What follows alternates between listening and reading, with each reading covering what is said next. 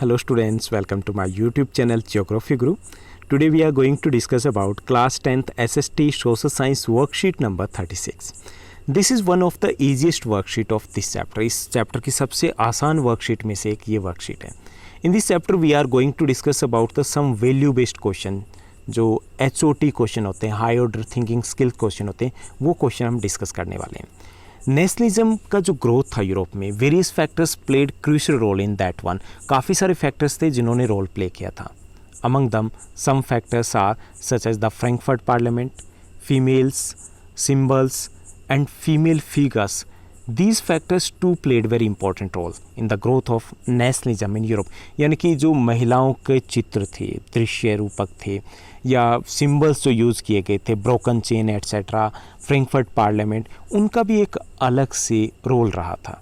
तो हम इस वर्कशीट में यही डिस्कस करेंगे. Let's begin. As it is visible on your screen, this is worksheet number 36. Subject SST Social Science, and this is the first chapter of history, nationalism in Europe or the rise of nationalism in Europe. Date 26th of September 2020. Nationalism is a feeling. Nationalism means the love towards the nation. Nationalism means the loyalty towards the nation. Nationalism means the feeling of oneness. यानी कि देश के प्रति लगाव, प्यार, एकता का भाव, ये सब क्या है? राष्ट्रवाद है. तो यहाँ हम पढ़ रहे हैं कि राष्ट्रवाद का विकास कैसे हुआ. कुछ फैक्टर्स के बारे में बात करेंगे. सबसे पहले visualizing the nation. Artist in the 18th and the 19th century portrayed a country as if it were a person. Nation were portrayed as a female figure. 18th और 19th सेंचुरी में जो देश थे, these were portrayed as a person. उनको एक व्यक्ति की तरह दिखाया गया. And most of the countries were portrayed as a female figure. उनको एक महिला के तौर पर दिखाया गया. The female form that was chosen to personify the nation didn't stand of any particular woman in real life. लेकिन वो कोई विशेष रियल लाइफ की वीमेन नहीं थी. It was represented as a special woman. एक स्पेशल वुमेन के तौर पर उसको रिप्रेजेंट किया गया था. We can compare with the Bharat माता. जैसे हमारे देश में क्या हुआ था, at the time of the national struggle हमारे यहाँ पे भारत माता की इमेज को पोर्ट्रेट किया गया था और उसे बेड़ियों से जकड़ा हुआ दिखाया गया था. उससे क्या हुआ? We feel deeply connected with that one. जो लोग उस वक्त ज़्यादा पढ़े लिखे नहीं थे, वो भी कनेक्ट हो पाए देश से, विजुलाइज कर पाए. वो भी ये सोच पाए कि हाँ, हमें देश को आज़ाद करवाना है, इन बेड़ियों को तोड़ना. So same thing happened in the Europe too. Rather it showed to give the abstract idea to the nation a concrete form. जो एक एब्स्ट्रैक्ट आइडिया है, it means that nation is just a idea, एक imagination है nation, उसको एक concrete idea दे दिया this female figure में. Even the uneducated people can now visualize the nation. They can feel that one, they can feel the love towards that nation. तो इससे क्या हुआ इस विजुलाइजेशन से? That it made the connection more stronger. जो connection था देश के प्रति वो ज़्यादा स्ट्रोंगर हुआ. And the love connection, affection that increased towards the nation, वो और ज़्यादा बढ़ गया था. It means that it too indirectly helped in the growth of nationalism in Europe. यानी कि इससे भी राष्ट्रवाद को बढ़ावा मिला. Thus female figure become an allegory of the nation. Nation का प्रतीक बन चुके थे. In France she was christened Mariana, वहाँ पे मेरियाना नाम दिया गया. And in Germany it was Germania. And in India it was Bharat माता. तो ये था female figures visualizing the nation. Now let's discuss about the Frankfurt Parliament. Frankfurt Parliament too played very important role in the growth of nationalism, especially in Germany or throughout the Europe. अब Frankfurt Parliament के बारे में हम पहले भी discuss कर चुके हैं about the revolution of the liberal people. वो Frankfurt Parliament ही थी. In Germany regions, a large number of political organizations, जो पॉलिटिकल ऑर्गेनाइजेशंस थे, पॉलिटिकल एसोसिएशन थे, whose members were middle class professionals, middle class educated people, professional businessman and the prosperous artisans etcetera. They came together in the city of Frankfurt. वो इकट्ठे होते हैं and they decided to vote for an all German national assembly. और वो एक पूरे देश के लिए एक असेंबली चुनते हैं. ओके, पूरे देश के लिए. Like that we have the parliament. So they decided to vote for an all German National Assembly on 18th May 1848. 831 elected representative marched in festive procession to take their place in the Frankfurt Parliament, convened in the Church of St. Paul. So they elected 831 representative throughout the Germany. पूरे Germany से 831 representative को चुनते हैं. किस लिए चुनते हैं? So that they can prepare, they can constitute the constitution for the Germany, ताकि वो जर्मनी का कॉन्स्टिट्यूशन बना सके, and so that they can do the unification process of, they can take further the unification process of Germany, यानी कि Germany की process जो unification की उसको आगे ले जा सके. तो ये कोशिश थी, किसकी कोशिश थी? It was the first attempt for the Germany unification, पहला कोशिश की गई थी. Although they drafted a constitution for German nation to be headed by monarchy subject to a parliament. एक constitution है वो draft करते हैं वहाँ पे. When the deputies offered the crown on these terms to Frederick William IV, यानी कि William fourth हैं, उनको ऑफर किया जाता है to be the king or the emperor of the United Germany, उनको ऑफर किया जाता है. But the king of Prussia, he rejected it. He rejected the offer, यानी कि वो ऑफर को रिजेक्ट कर देते हैं. In this way all the things went in vain, यानी कि सब कुछ गड़बड़ हो जाता है. And joined other monarchs to oppose the elected assembly because he was supported by the other monarch, or we can say that the William IV was in the support of the other monarch, because they were not in the support of democracy. They didn't want to lose their own seat and own position. वो अपने राजतंत्र को नहीं छोड़ना चाहते थे. So he rejected the offer, वो offer reject कर देते हैं. And in this way the first attempt made by the Frankfurt Parliament become as unsuccessful. ये कामयाब नहीं हो पाता. किसके लिए था? It was the first attempt to unite the Germany, for the unification of the Germany. तो ये हालांकि ये सक्सेसफुल नहीं रहा. तो फिर इसका नेशनलिज्म में क्या योगदान रहा? That although it was a unsuccessful attempt, but it inspired, it motivated और it increase the other people और the nationalist people to continue their efforts for the unification of the countries और for the building of the nation state. यानी कि उनको motivation मिला that it is the right way, we need to do little bit more, हमें थोड़ा और ज़्यादा करना पड़ेगा. तो ये मोटिवेशन था बाकी के लिए कि यस इट इज़ पॉसिबल, ये हो सकता है. तो ये सब कुछ हुआ उसमें और ये योगदान रहा. अब थोड़ा सा आगे देखते हैं कि उसके बाद क्या हुआ. That is not although very important one.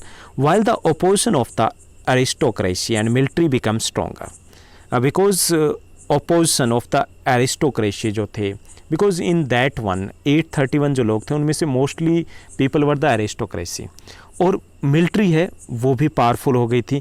The social basis of parliament eroded, यानी कि उसको सपोर्ट भी कमज़ोर हो गया था बाद में, because at that time the parliament was dominated by the middle class who resisted the demands of workers and artisans. क्योंकि उसमें वर्कर्स, आर्टिसंस, फार्मर्स हैं, पीजेंट्स हैं, उनकी डिमांड थी वो इग्नोर कर दी गई थी इस पार्लियामेंट में.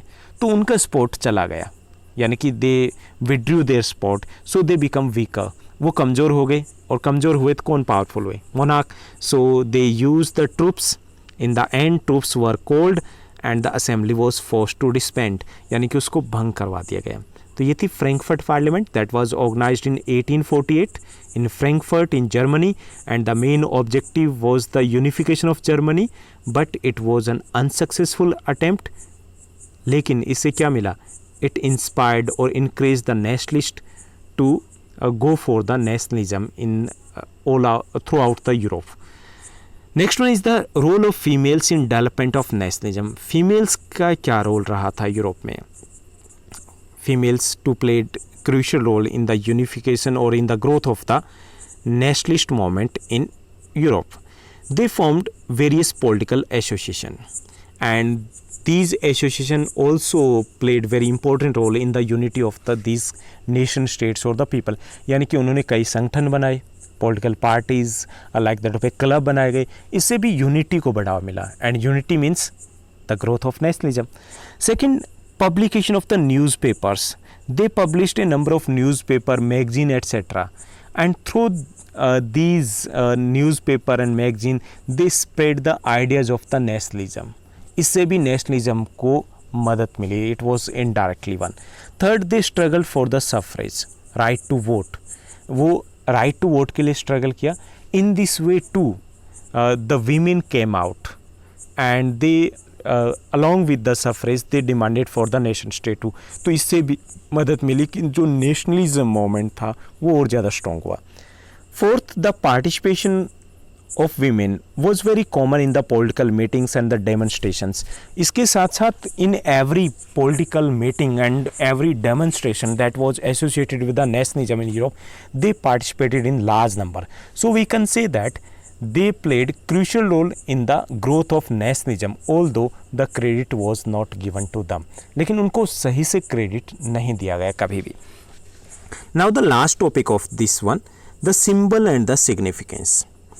At the time of the growth of the nationalism or during the 18th and the 19th centuries, various symbols were used in the various countries of the Europe, such as the broken chains, which means being freed, freedom इसका मतलब था, and breastplate with eagle, बाज के साथ एक पत्रक use किया गया था। It was the symbol of German empire और उसकी पावर का जो सिंबल था। Crown of oak leaves, it was the symbol of heroism, वीरता का प्रतीक था। Sword was the symbol of readiness to fight. Olive branch around the sword, जैतून के पत्ते होते स्वॉर्ड के चारों तरफ, ये सिंबल था willingness to make peace. Black, red and gold tricolor, it was the flag of the liberal nationalist. Rays of the rising sun, it was the symbol of beginning of a new era. तो ये कुछ symbols थे, that is very important for your 1 marks question. तो ये symbols थे that too played very important role. कैसे? Because these people not only united the people of a particular country but also encouraged them to do the struggle. उनको encourage किया, उनको motivate किया and inspire किया गया उन लोगों को। सो इनका भी अपना एक योगदान रहा था। जैसे कि हम इंडिया की बात करें तो हमारे यहाँ पे तिरंगा था, ट्राइकलर वॉज देयर, और tricolour was the symbol of Indian freedom का एक सिंबल था, एक अलग सा जोश भर जाता था। तो same role was played by these symbols in the Europe too. That's all in this worksheet. Now let's move to the question answers. 4 questions are there related to these 4 topics. पहला जो हमारा क्वेश्चन है, discuss the role of visual allegory for the rise of nationalism. हम visual allegory की बात करें, female figures का क्या रोल रहा था इसमें। The role of visual allegory was very important in the growth of nationalism. The nation was presented as a woman and this gave concrete idea to the abstract idea of the nation. यानी कि nation को कैसे presented किया गया था, it was presented as a women, women के तौर पे प्रेजेंट किया गया था, और इसने जो कंक्रीट आइडिया, जो कल्पना थी, उसको वास्तव में ले आए थे। And with this people's love loyalty toward the nation deepen, जो लोगों का जुड़ाव था वो ज़्यादा मजबूत हुआ। Now let's move to the second question, explain the role of women for the rise of nationalism. Women का रोल हमें बताना है, they played very important role in that one too. The role of women was very crucial in the rise of nationalism. women formed many political organizations. This strengthened the mutual unity. Third, they published many newspaper, काफ़ी सारे newspaper publish किए गए थे, and the magazines through which the ideas of nationalism was become even more popular. Women also participated actively in various nationalist movements, and they also fought on issues like universal suffrage, so that their contribution और their role could also increase in national building. यानी कि उन्होंने कई तरीके से जो possible था उस तरीके से अपना रोल प्ले किया in the growth of nationalism. Now this is the third question and the very important question. Explain the importance of the Frankfurt Parliament की importance क्या रही है. Frankfurt Parliament was organized in 1848. ये 1848 में होती है, and 831 elected representatives attended the Frankfurt Parliament. This was the first serious attempt of German unification. पहला serious attempt था ये. It also constitute the constitution of the United Germany का संविधान भी इसमें बनाया गया था. Although this effort was unsuccessful, ये कामयाब नहीं रहा था, but it encouraged and inspired nationalist movements as well as paved the way for German unification. ने केवल इंस्पिरेशन दी थी लोगों को कि आप आगे बढ़िए, साथ ही साथ जर्मन यूनिफिकेशन का पहला जो कदम था वो यही था. Now let's move to the fourth and the last question of this worksheet. Write the significance of different symbols. So अलग अलग सिंबल दिए गए हैं, उनका क्या इम्पोर्टेंस या सिग्निफिकेंस है. In the growth of nationalism in Europe, various symbols such as broken chains, crown of oak leaves, sword, rays of rising sun, olive branches around the sword, etc. played significant role. These symbols created a sense of unity among the people. लोगों में एक से एकता बढ़ी, as well as inspired the people to struggle. और उनको अलग अलग तरीके से इंस्पायर किया कि वो स्ट्रगल करें. So that's all in this worksheet. I hope that your study is going well. आप एक छोटा सा कमेंट ज़रूर कीजिएगा, मुझे वेट रहता है आपके कमेंट का. That matters a lot for me. And please like, share and subscribe this channel. Thank you. Bye bye. Have a nice day.